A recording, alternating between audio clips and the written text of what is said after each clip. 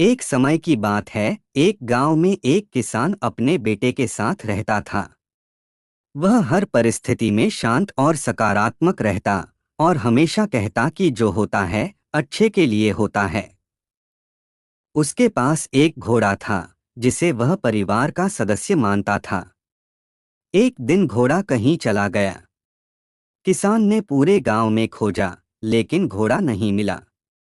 गांव वालों ने किसान को ढांढस बंधाया और कहा कि घोड़ा खो जाना बुरा हुआ है। किसान ने जवाब दिया, भले ही घोड़ा खो गया है, लेकिन जो होता है अच्छे के लिए होता है। मुझे ईश्वर पर विश्वास है। गांव वालों को किसान की बात समझ नहीं आई और वे लौट गए। कुछ महीने बाद घोड़ा वापस आया और कई अन्य घोड़े भी लाया। गांव वालों ने किसान को बधाई दी और कहा कि अब आप बहुत खुशकिस्मत हैं। किसान ने कहा, भले ही मेरे पास कई घोड़े हैं, लेकिन मैं खुश नहीं हूं। जो होता है अच्छे के लिए होता है।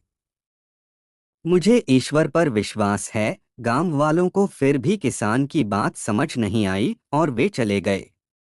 किसान के बेटे ने घोड़े की सवारी करनी शुरू की, लेकिन गिरकर उसकी टांग टूट गई।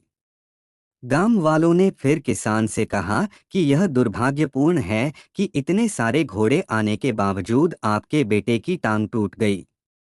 किसान ने फिर वही जवाब दिया, भले ही मेरे बेटे की टांग टूट गई है, लेकिन जो होता है अच्छे के लिए होता है। मुझे ईश्वर पर विश्वास है। गांव वालों को किसान की बात समझ में नहीं आई और वे फिर चले गए। कुछ समय बाद राज्य में युद्ध छिड़ गया। राजा की सेना की कमी हो गई और सभी जवानों को सेना में भर्ती होना पड़ा। किसान का बेटा, जो घायल था, युद्ध में नहीं गया। गांव वालों ने किसान से कहा, आपके बेटे की टांग टूटने की वजह से वह युद्ध में नहीं गया। आप खुशकिस्मत हैं, लेकिन हम दुखी हैं क्योंकि हमारे बच्चे युद्ध में गए हैं। किसान ने मुस्कुराते हुए कहा, जीवन में हमेशा खुश और शांत रहने के लिए दो बातें समझनी जरूरी हैं। पहली बात, लोगों की बातों को ज्यादा महत्व मत दो।